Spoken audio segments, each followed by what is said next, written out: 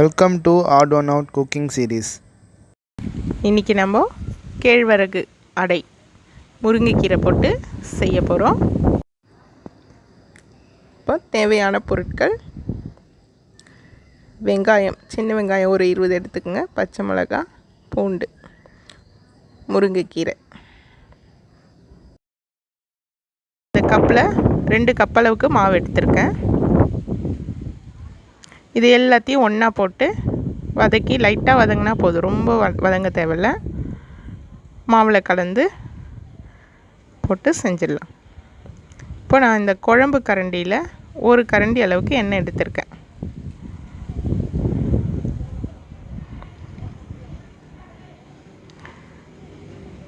எண்ணெய் கொஞ்சம் நல்லா காயட்டும்.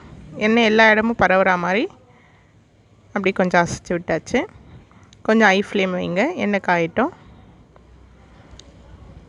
இப்போ எண்ணெய் காஞ்ச உடனே கடுகு, உளுத்தம்பருப்பு அது நல்லா பொரியட்டும். உளுத்தம்பருப்பும் நல்லா செவக்கட்டும். செவந்த உடனே பூண்டு ஒரு 10 பல்லு எடுத்துக்கோங்க. பச்சை மிளகாய்,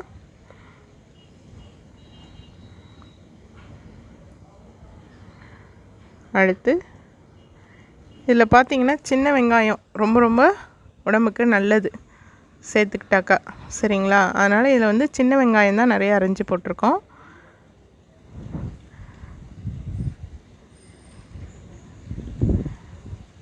இதில் போட்டிருக்க எல்லாமே நமக்கு ரொம்ப உடம்புக்கு நல்ல பொருட்கள், அதாவது நமக்கு ரொம்ப விட்டமின்ஸ் கிடைக்கக்கூடிய பொருட்களாக தான் போட்டிருக்கோம். சின்ன வெங்காயம், முருங்கைக்கீரை, கேழ்வரகு, இது எல்லாமே வந்து சாப்பிட்டா நல்லா ரத்தம் இல்லை, ஹீமோக்ளோபின் அளவு ரத்தத்தில் கம்மியாக இருக்குன்றாங்க இல்லையா, இதை சாப்பிட்டோம்னா நல்லா ஹீமோக்ளோபின் வந்து இன்க்ரீஸ் ஆகும். அப்படியே உப்பு கொஞ்சம் போட்டுக்கிறோம். உப்பு போட்டால் கொஞ்சம் வெங்காயம் டக்குன்னு வதங்கிடும். அது மாதிரி வெங்காயத்துலேயும் கொஞ்சம் உப்பு டேஸ்ட்டு உரைக்கும். நம்ம லாஸ்ட்டாக போட்டோம்னா வெங்காயத்தில் உப்பு வந்து உரைக்காது. அடுத்து மாவுலேயும் கொஞ்சம் உப்பு போட்டுக்கலாம். அவங்கவுங்களுக்கு தேவையான அளவு போட்டுக்குங்க.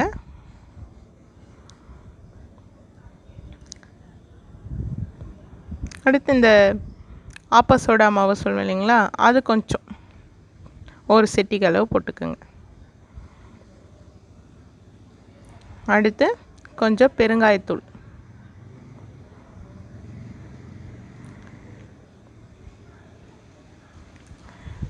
அப்புறம் இது கொஞ்சம் வதங்கியிருக்கு, சரிங்களா? இப்போ நம்ம இந்த முருங்கைக்கீரையை தண்ணியில் அப்படியே போட்டு வச்சுருக்கோம் இல்லைங்களா, அதை எடுத்து தண்ணி எடுத்துட்டு அந்த முருங்கைக்கீரையை போடுவோம். முருங்கைக்கீரை வந்து தொடர்ந்து சாப்பிட்டா அவ்வளோ நல்லது. இந்த மூட்டு வலி ப்ராப்ளம்லாம் கூட போயிடும் அப்படின்றாங்க. சும்மா கொஞ்சம் டெய்லி நம்ம முருங்கைக்கீரை பருப்பில் போட்டு சாப்பிட்லாம், இல்லை இந்த மாதிரி சாப்பிட்லாம். நல்லெண்ணெய் தான் ஊற்றிருக்கோம். அப்போ நல்லெண்ணெயும் வந்து நமக்கு உடம்புக்கு ரொம்ப நல்லது, சரிங்களா? அதனால் வந்து எல்லாமே இதை ஹெல்த்தி, ரொம்ப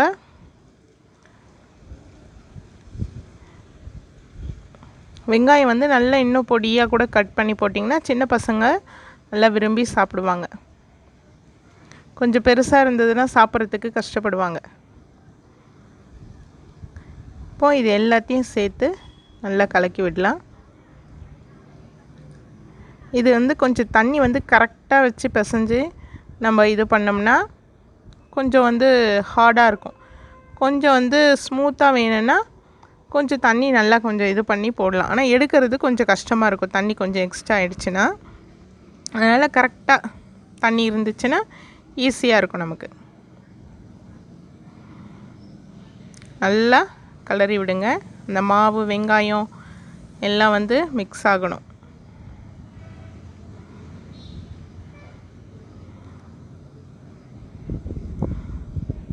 நம்ம இந்த டைமில் வாயில் கூட கொஞ்சம் போட்டு பார்த்து உப்பு ஏதாவது கம்மியாக இருந்தால் கொஞ்சம் போட்டுக்கோங்க.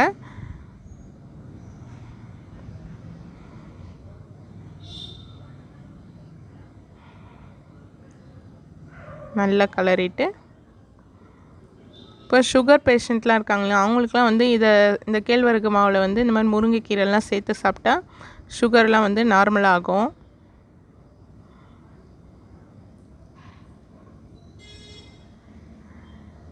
இது நீங்கள் இப்படி கையில் எடுத்தும் இப்படி தட்டலாம். இல்லையா கொஞ்சம் கரண்டியில் எடுத்து எண்ணெய் ஃபஸ்ட்டு வந்து நல்லா அந்த தோசைக்கல் காஞ்ச உடனே எண்ணெய் ஒரு ஸ்பூன் ஊற்றிட்டு அதுக்கப்புறம் இந்த மாவை வந்து நீங்கள் ஒரு கரண்டியால் கூட எடுத்து போடலாம்.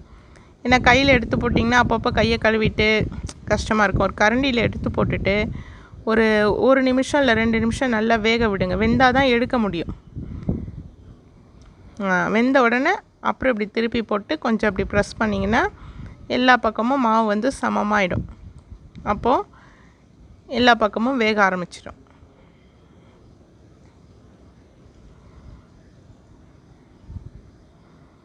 இது சாப்பிட்றதுக்கும் ரொம்ப டேஸ்ட்டாக இருக்கும். ஈவினிங்கில் நம்ம கொஞ்சமாக செஞ்சு ஈவினிங் ஸ்நாக்ஸாக கொடுக்கலாம். இல்லை காலையில் டிஃபனாக இல்லை நைட் டிஃபனாகவும் நம்ம இதை சாப்பிடலாம்.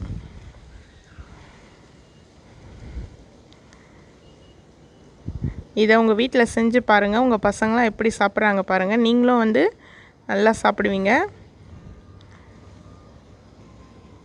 டெய்லி இட்லி, தோசை, சப்பாத்தி இதெல்லாம் செய்கிறத விட கேழ்வரகுல இந்த மாதிரி செஞ்சு சாப்பிட்டா ரொம்ப நல்லது.